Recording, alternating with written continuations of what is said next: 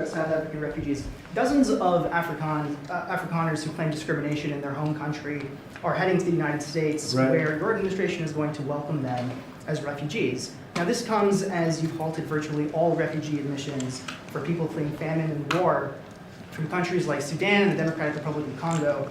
Why are you creating an expedited path into the country for Afrikaners but not others? because they're being killed, and we don't want to see people be killed. People that live in South Africa, they say it's a terrible situation taking place. So we've essentially extended citizenship to those people to escape from that violence and come here. Okay, so I don't think the refugee space is a long-term option. I think a lot of it is a sideshow. And it's a sideshow that started no differently probably to the antics when people wanted to or went overseas to want to bring down apartheid of a regime. Remember, a governing party. And everybody in the country was subject to that governing party for as long as it was there, and it was there for far too long, and it took a long time to topple, but topple it did. And we sit in a similar position now, 30 years later, where we have a government or a governing party that is so distorted in terms of how we should be being looked after, addressed, spoken to. Listen to how ministers speak to the public, the press. They don't speak to them with respect. They speak to them with absolute disrespect. I'm not going to take any nonsense of somebody who regards me as a gathering point today, because you regard me as a gathering point. You come here, shut up!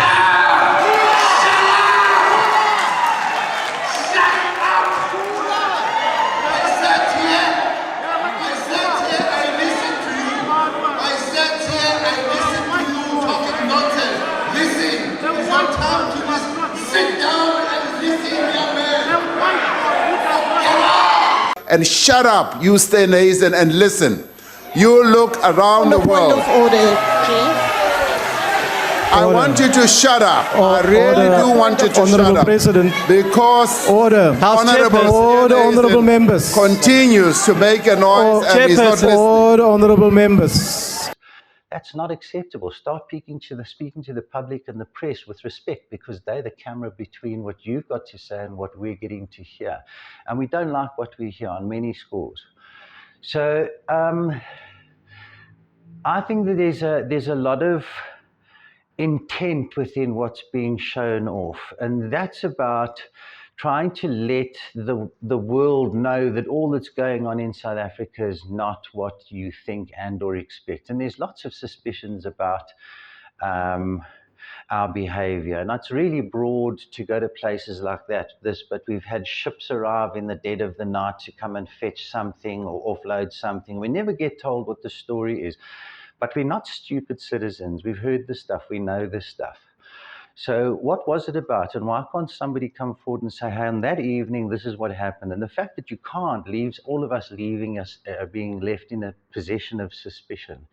So now we find ourselves where Iran's being bombed silly, and there's all sorts of things happening in the Gaza Strip. And hey, lo and behold, South Africa on the bottom tip of Africa is involved all over the place. And none of it's really good rhetoric.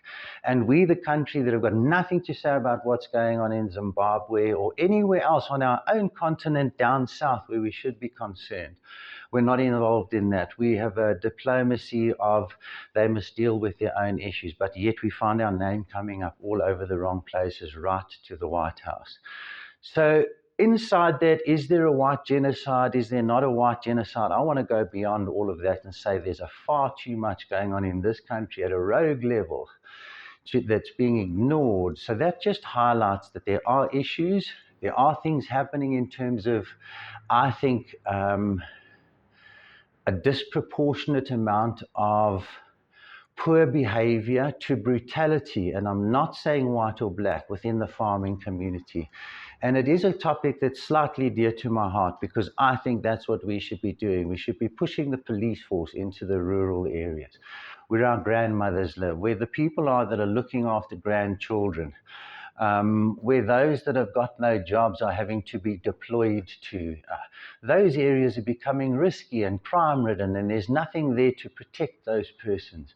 So we should be pushing our police force out there. There's lots of local security that you always hear of. I think our local security force, as in private security, outstrip the police force something like 3-1. So there's enough of that bought and paid for in your more built-up areas, as it were. Why aren't we getting our police to get out there and start looking after the people that look after this country, our older generation, because we seem to have turned a blind eye on them.